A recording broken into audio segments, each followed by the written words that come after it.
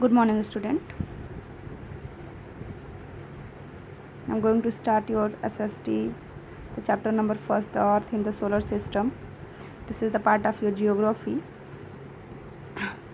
In the previous audio, we have clarified what is full moon, new moon, and the celestial bodies. The topic, 1 minute.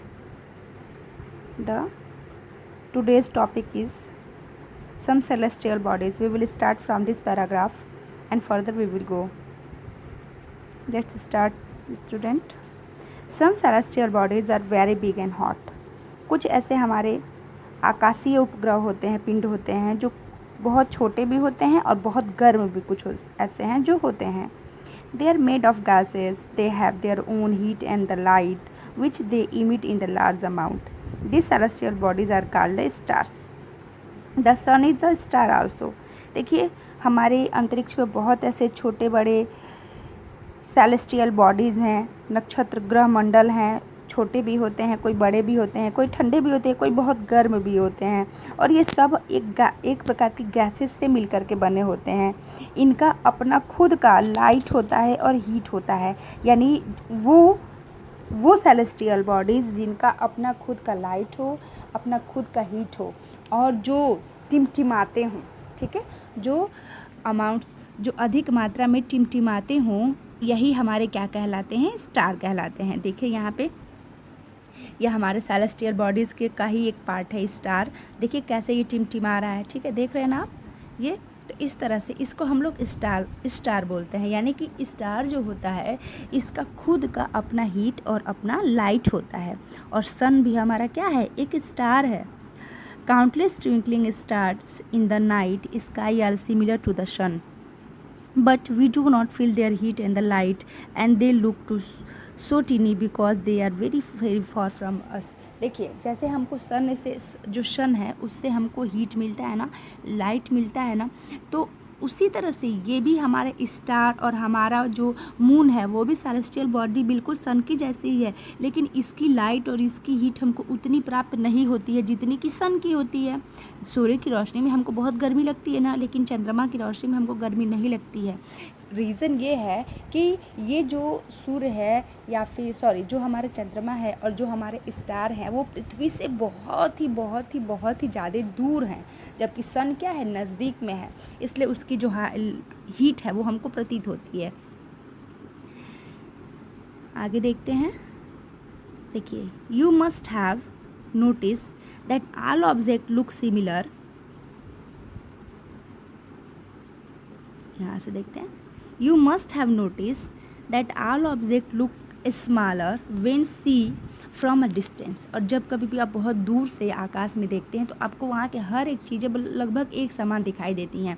एक सूर्य बड़ा दिखता है, एक चंद्रमा बड़ा दिखता है, बाकी सारे ऑब्जेक्ट्स जो होते हैं वो सेम डिस्टेंस से सेम दिखाई देते हैं.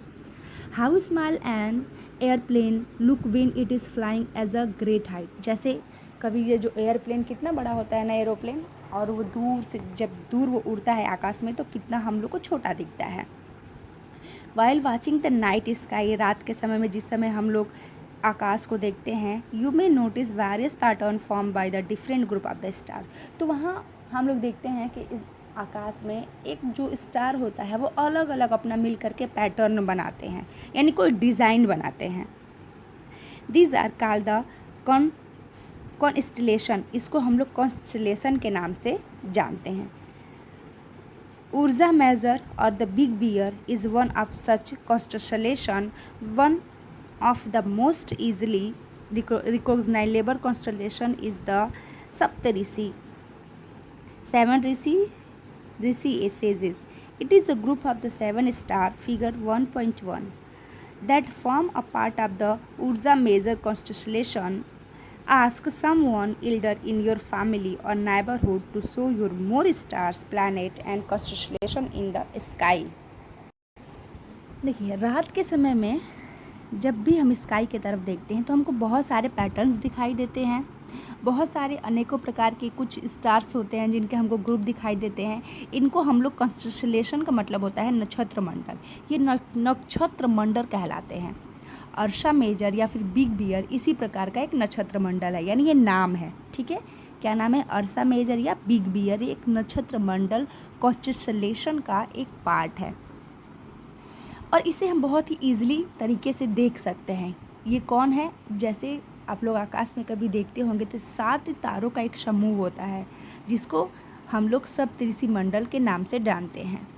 ये जो 7 स्टार्स होते हैं उनका एक ग्रुप होता है और इसी ग्रुप को, इसी कॉन्स्टेलेशन को हम लोग, ये एक अर्सा मेजर का भाग है, यानी अर्सा मेजर जो नक्षत्र मंडल है उसी का एक भाग है सप्तऋषि मंडल, जिसको हम लोग आसानी से देख सकते हैं। जैसे कि यहाँ पे है, देखिए, आप देखिए ध्यान से, देखिए ये 7 स्टार्स है, 1 2 3 4 5 6 7।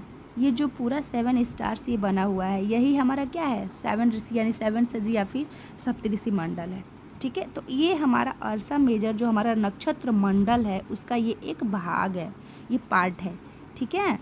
चलिए आगे देखते हैं।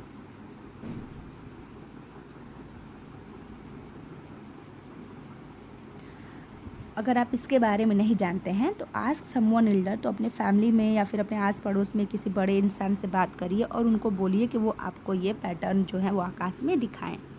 इन ancient time people used to determine direction during the night with the help of a star.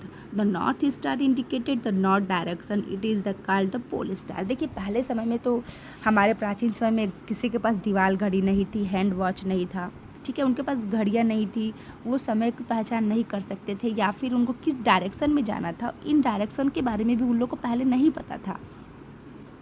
तो उस समय वो लोग एक आकाश में निकलने वाला जो स्टार है जिसको पोल स्टार बोलते हैं, ध्रुव तारा जिसको बोलते हैं, ये ध्रुव तारा हमेशा नॉर्थ के साइड में, ठीक है, ये ध्रुव तारा जो हमारा होता है वो हमेशा उत्तर की साइड में निकलता है हमारे आकाश में। और इसी स्टार्स को देख करके जो लोग उत्तर की साइड जाना चाहते थे या फिर उत्तर है, मान लीजिए हम उत्तर के साइड कर रहे हैं, फिर उसके बैक में हमारा क्या हो जाएगा? दक्षिण हो जाएगा, फिर हमारे नॉर्थ में, हमारे राइट में उसका पूरब हो जाएगा, फिर यहाँ लेफ़्ट में पश्चिम हो जाएगा।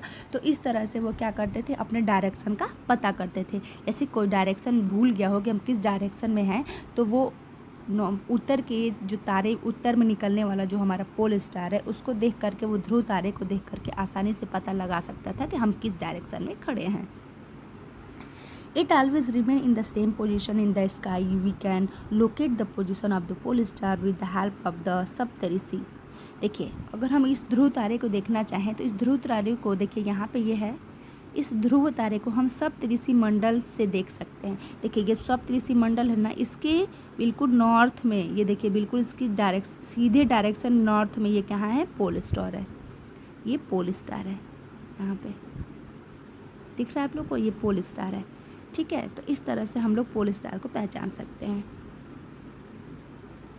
लुक एट फिगर 1.1, जैसा मैंने अभी आप लोगों को दिखाया, you will notice that if any imaginary line is drawn joining the point star and the extend further it will point to the pole star, ठीक है। यानी अगर हम देखिए, अगर हम इस जो लास्ट वाला सप्तऋषि मंडल का ये जो 2 तारे हैं, इनसे हम बिल्कुल सीधी लाइन में जाएं तो जो सबसे ज़्यादा टिमटिमाता हुआ तारा होगा वो कौन होगा? पोल स्टार होगा। बच्चों अब आज के लिए इतना ही, कल इसके आगे का पैराग्राफ हम लोग क्लियर करेंगे। ओके बाय बच्चों।